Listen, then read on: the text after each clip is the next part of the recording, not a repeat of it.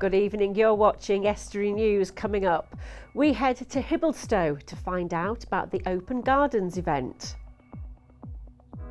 And we head to Grimsby Minster where the Reverend Catherine Price delivers our weekly reflections.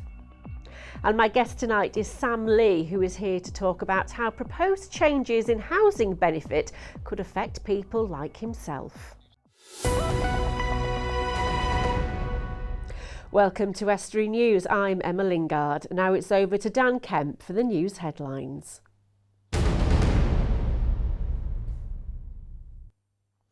Hello there. Monday's planned strike at Tata Steel has been suspended. Unions Community, Unite, GMB and UCAT have suspended strike action at the site and are now preparing to ballot their members over a new pension offer, which keeps the British Steel pension scheme open. A Keelby mum says she's over the moon at being contacted by Ed Sheeran's management team. 34-year-old Tracy Henriksen has a rare condition which affects her nervous system and was left unable to walk. And the lyrics to Ed Sheeran's song Thinking Out Loud mean a great deal to the couple. I've set up a Facebook group to get him to sing at their wedding in October. Bosses have promised that Ed will be doing something close to the time, but hasn't as yet given away anything. We've raised more awareness for this disease in the last few weeks than we'd done over the last 10 years of me suffering. So, you know, this is the pinnacle and it's the best. And whatever happens, you know, prior to the wedding day, on the wedding day, even if it's some signed song words that I originally asked for, I'm a happy bunny. It's achieved what we wanted it to achieve. The UK's first anti-slavery commissioner has made the trip to the home of William Wilberforce. John Highland OBE was visiting the Wilberforce Institute for the Study of Slavery and Emancipation in the city of Hull, where he expressed his frustration at the way slavery still exists. If we looked up and down the country, we would see lots of investigations, lots of cases being looked at other forms of crimes where there's a commodity involved. The commodity perhaps being drugs or firearms.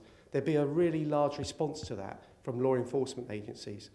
Where the commodity is a human being, so this is a life of a person, this is the most vulnerable commodity, I don't think at the moment we've got the same response. Two local charities will be on the local Monopoly board. St Andrew's Hospice and Cuddles Cat Rescue Centre topped a local poll to be featured on the Grimsby board when it's released this October. They'll be featured alongside local landmarks which could include the Dock Tower and Blundell Park. Lauren Alexander from St Andrew's Hospice is delighted to be involved. It's fantastic. The local community of Grimsby and Cleethorpes never ever seem to let us down, and on this time again they've come up triumphant that they've voted for us and we're finally on the Monopoly board. That's all from me for now. If you've got any news for us, then contact us on 01472 315553, email news@estuary.tv or search for us on Facebook or Twitter. Bye for now.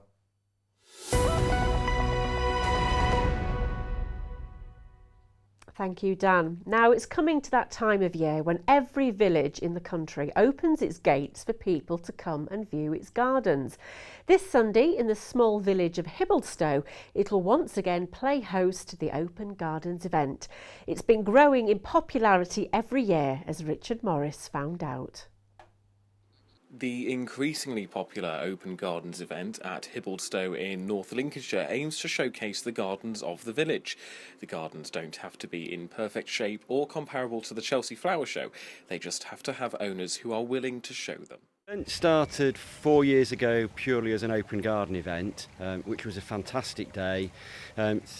Then we decided into its second year to go that step further and introduce scarecrows, and it's just grown and grown. So this is the third year of it being a combined open gardens and scarecrow event. This year I think has taken us all on the organising body completely by surprise, and we're absolutely thrilled. We have 12 gardens going to be open, 2 of which are completely new gardens that have not taken part in the event previous years, which is absolutely fantastic. Up to now we have 42 scarecrows. The chapel and the village church will also be open on the day with displays and flowers. We have, weather permitting, a fly past by the Spitfire. So all in all, just hopefully a fantastic day. David says that the attendance should be improving, and this year there will even be minibuses for people to travel around the gardens. We're hoping to build on attendance. It's grown every year. Last year, I think I'm right in saying we had somewhere in the region of 450 people in the day and raised 2,600. This year, our publicity, we've done a lot more. We're using social media far more than we have done, and have just been absolutely staggered with the response and the inquiries we've had from that alone. So we're hoping for a lot of people. You're watching Estuary News. A little later, we'll be seeing the Reverend Catherine Price from Grimsby Minster for Reflections. And Dan Kemp will bring you the local sports news and results.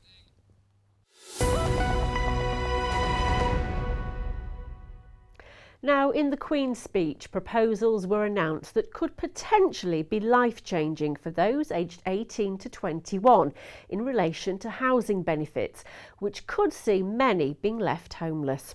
Joining me is Sam Lee, who's 18 years old and has been supported by the YMCA Humber since 2014. Welcome to the studio, Sam. Before we talk then about these housing benefits and how they're going to change people, just explain to us, how have you ended up in the YMCA? Back at the beginning of last year, I was living with my dad and my stepmom, and there was various reasons that led to a sort of a breakdown in family relations. Okay. I moved away because at the time I thought it would be easier if I moved away from both myself and my dad. And I went to live in Huddersfield with my grandma. Okay.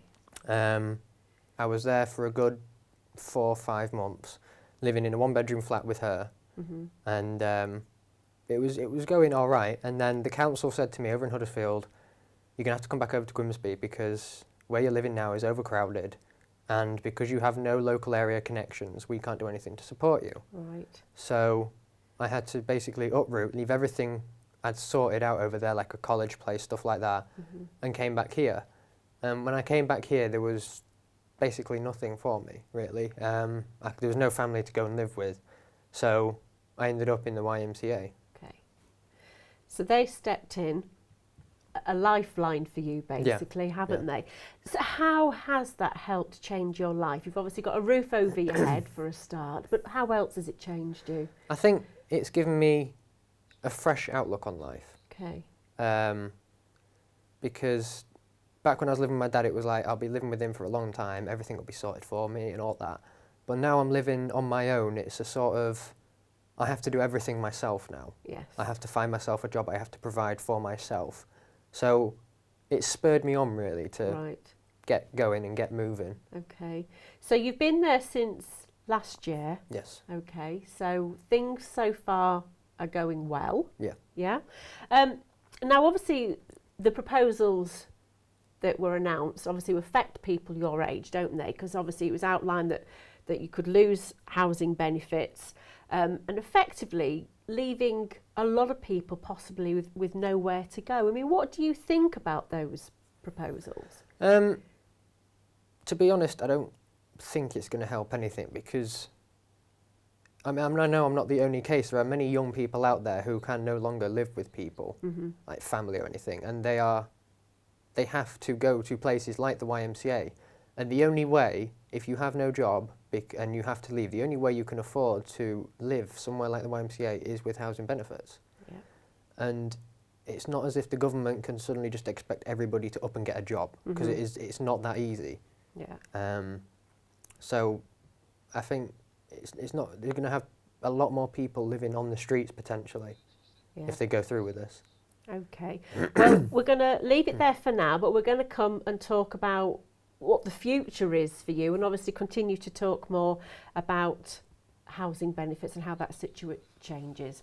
Right, now it's time for our weekly reflections, and this week it's the turn of the Reverend Catherine Price, Assistant Curate at Grimsby Minster.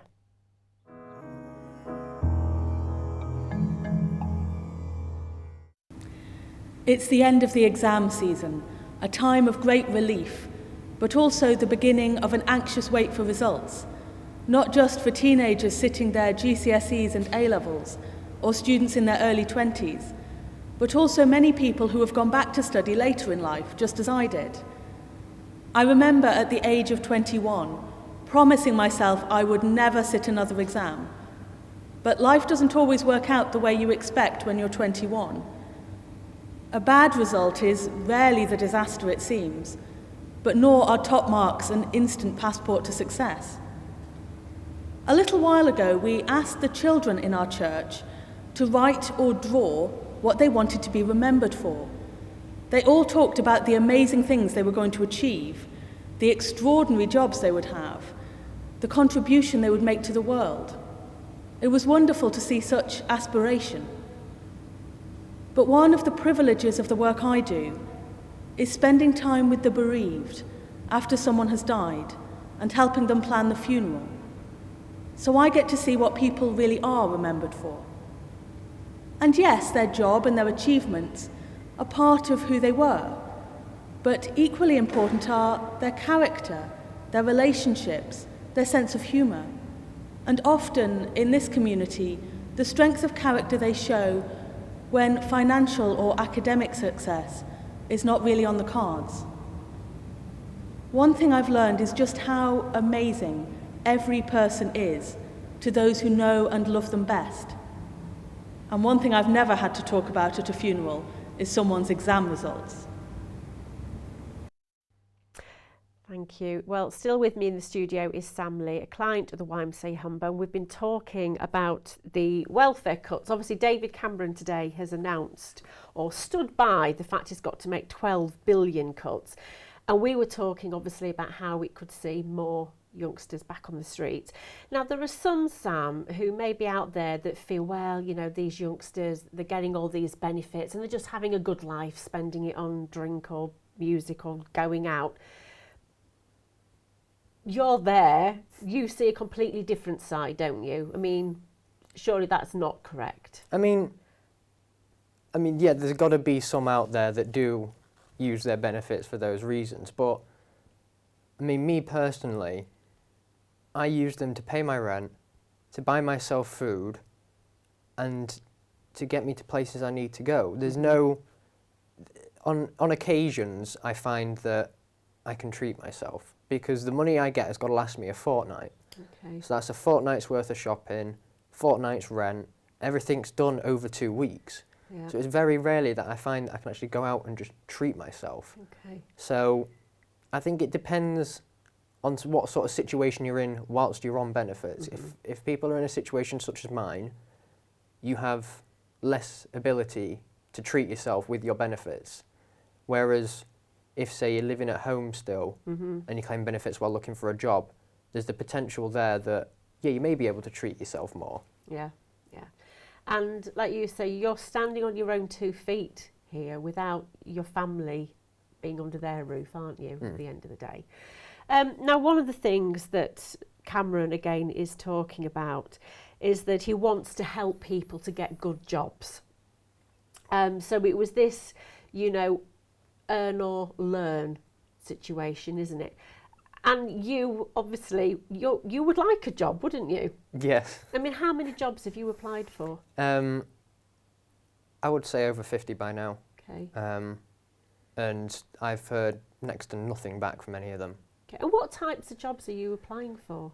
Literally anything. Anything that I can do with the limited experience that I have. Yeah. It is literally a case of just apply for anything and everything and hope for the best, but like I say, I've heard hardly anything back. Okay. And I mean, how does that make you feel? Do you feel demoralised at times? I mean, it is a bit demoralising and disappointing, and it can put you down, but the way I see it is if you don't hear from one, go for another. Okay. Because if you let it get to you, you're just going to end up sitting back and just doing nothing. And that's when it's a downward spiral, basically, and it's difficult to get out of it. Whereas if you look at it and say, right, they didn't want me, let's go for the next one, and let's just keep trying and trying and trying. So it's good, you're optimistic that there's still a job, hopefully. But you say most employers don't come back to you at all to give you reasons? No. I found with most you have to go looking for a reason why either they haven't got back to you or they haven't accepted you, as opposed to them. I mean, I'd be grateful even for them to just turn around and say, sorry, you've been unsuccessful or we haven't accepted you. Just a little bit of something and possibly a reason why, so I can improve on that and move on to the next one. You've also tried to get an apprenticeship, haven't you, yes. with the local car firm? But again, you weren't successful there, were you? Well, because I'd applied for so many jobs, I was, again, looking for jobs, and I came across this apprenticeship, and I thought, well, I've got more chance of getting an apprenticeship than I have an actual job, because apprenticeships don't necessarily require so much experience. Yeah. So I applied for it, and I got all the way through to the interview stage and was unfortunately unsuccessful. But I think we need more apprenticeships in this country. Yeah. Because say if you, for whatever reason, you've had to leave school early, or you didn't do very well in school while you were there, you've got more chance of getting an apprenticeship than you have a proper job. Because apprenticeships are designed to pay you for doing a job whilst teaching you skills that will be useful in your future and could possibly lead to getting a proper, better job. Yeah. So I think the government needs to do something and get more apprenticeships out there for people. That's it, and get people back to it. We've got 30 seconds left, Sam, but if there's anybody out there, I mean, just sell yourself to them. What do you want for a job? Well, I like working with cars. Okay. I really do like cars, and I'd love to be a mechanic. I mean, that is one of my dream jobs, is to become a mechanic. Okay. So, yeah, I'd love to be a mechanic, really. Okay, well, brilliant. Good luck in your search, and fingers crossed that you find the job you want. Thank you.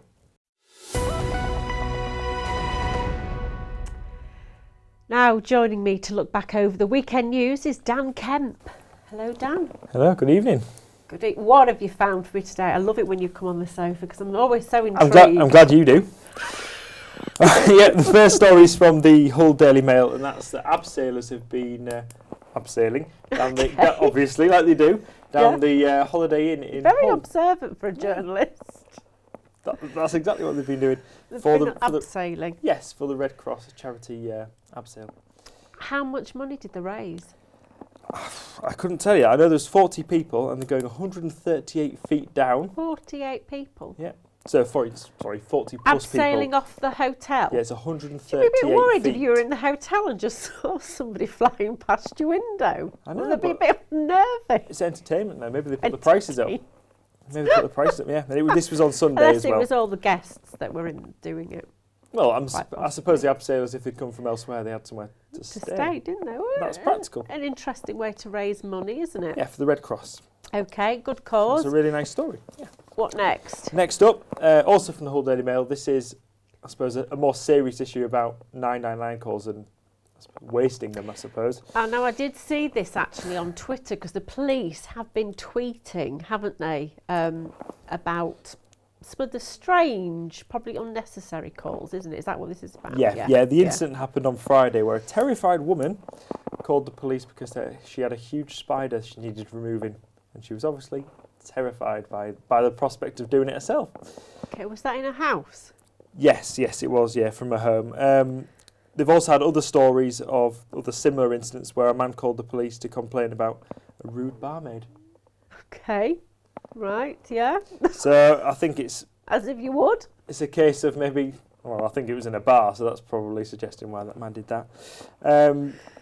Not wasting your time or wasting the police's time on because what the calls. police have said is that don't call 999. It's because there wasn't the one I did see about some baby rabbits. Oh, I've not seen that one. Baby rabbits being left somewhere, and they'd rung the police about the rabbits. Well, that sounds like a very serious incident. Okay. Let's move on. Yeah, I think we should move on pretty quickly to the Brocklesby Country Fair, and it's the 30th anniversary of that this year. Ah, yes. Now, that was at the weekend, wasn't it? I didn't go. Did you go? No, I didn't go. No, I did. I had family that went that said they enjoyed it. Yeah. The Earl of Yarborough's estate, isn't it? Well, sounds like there were all sorts of things going on. Nancy from Great British Bake Off, I think that's some programme about cooking or something. She was there. Yeah, she was there. Apparently 8,000 others were there as well. Which sounds like a fairly good What turnout. did they have to see and do there? There was Britain's Got Talent finalist Bulldog Freestyle Motocross Team, which sounds like something I wouldn't want to give a go to. Dog relays, and apparently a 3-mile mountain bike versus horse challenge. Who won that? Well, I would have thought the horse won it. I wouldn't put money on the mountain bike. Would you? You're a horse lady. I would have hoped the horse would have won it. Surely the horse won it. Because if there were any fences involved, the horse could sail right over them, but I don't know the course. Maybe there were jumps. No idea. For the cyclists. All in all, a good day because the weather stayed fine, didn't it? It did. It was a very nice weekend. And finally, I know you're dying to tell me this story. Well, I can't think of any better way to finish this off than the Yorkshire Pole Dancing Championships, which had their second running in Hull. You made it sound like you expected it to be in Hull. But apparently Yorkshire's the hotbed for it. Apparently there are a lot of pole dancing academies in Yorkshire here. Oh, I think that's a story for one of you guys to go and try. That sounds like a Dave Nunn story. I think we should send one of you out. Well, that's all we've got time for. I think you should investigate pole dancing. Because now you've got to run off rather quickly because it's straight to Dan Kemp now for the sport.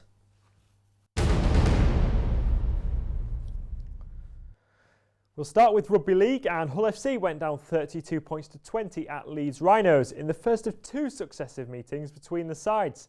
Jordan Thompson and Curtis Norton were amongst the try scorers for the Black and Whites, but were left to rue mistakes made earlier in the game. The sides play again next weekend in the Challenge Cup quarter-finals. And Hull KR defeated the Warrington Wolves on Friday night. The 36-10 win was largely thanks to an inspired man-of-the-match performance from Kieran Dixon. The Robins now sit 9th, while FC are 8th in Super League. According to reports in the Turkish media, Hull City striker Nikita Jelavic is closing on a move away from the KC Stadium. Trabzonspor appear to be the front runners for the Croatian signature, with speculation that agreement is already in place with the club's sporting director. North Ferriby United have released their list of pre-season fixtures. The Villagers kick off away to Hall Road Rangers on July the 7th, before they host Grimsby Town a week later. The club also hosts Hull City in their traditional pre-season tie, and they'll also play host to Leeds United 11. And in Speedway, the Scunthorpe Scorpions came close to defeating the Glasgow Tigers, but ended up losing 47-42. This loss means that the Scorpions have now lost 4 home meetings so far. And that's all for now. Don't forget to get in contact with any stories. You can call 01472 315553, email sport@estuary.tv, or find us on Facebook or Twitter. And that's all for the sport.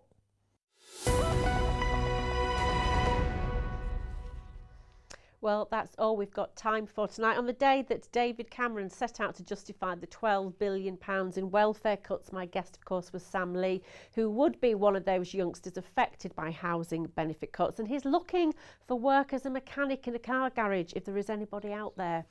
Well, if you have a story, then contact our Facebook or Twitter pages, or send us an email, or call Grimsby 315 553. Until tomorrow, good night.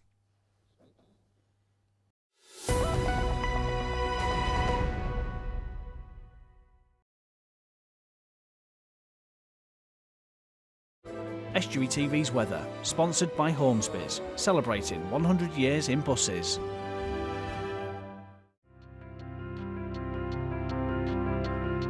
Hello and welcome to Estuary TV's weather. Dry with often large amounts of cloud, but also some sunny spells on Tuesday. Feeling warmer in the light winds, although onshore sea breezes will develop and keep coastal areas slightly cooler, with a maximum temperature of 19 degrees. Some dry and brighter spells, but also a chance of rain at times, especially later on Wednesday. Estuary TV's weather, sponsored by Hornsby's, celebrating 100 years in buses.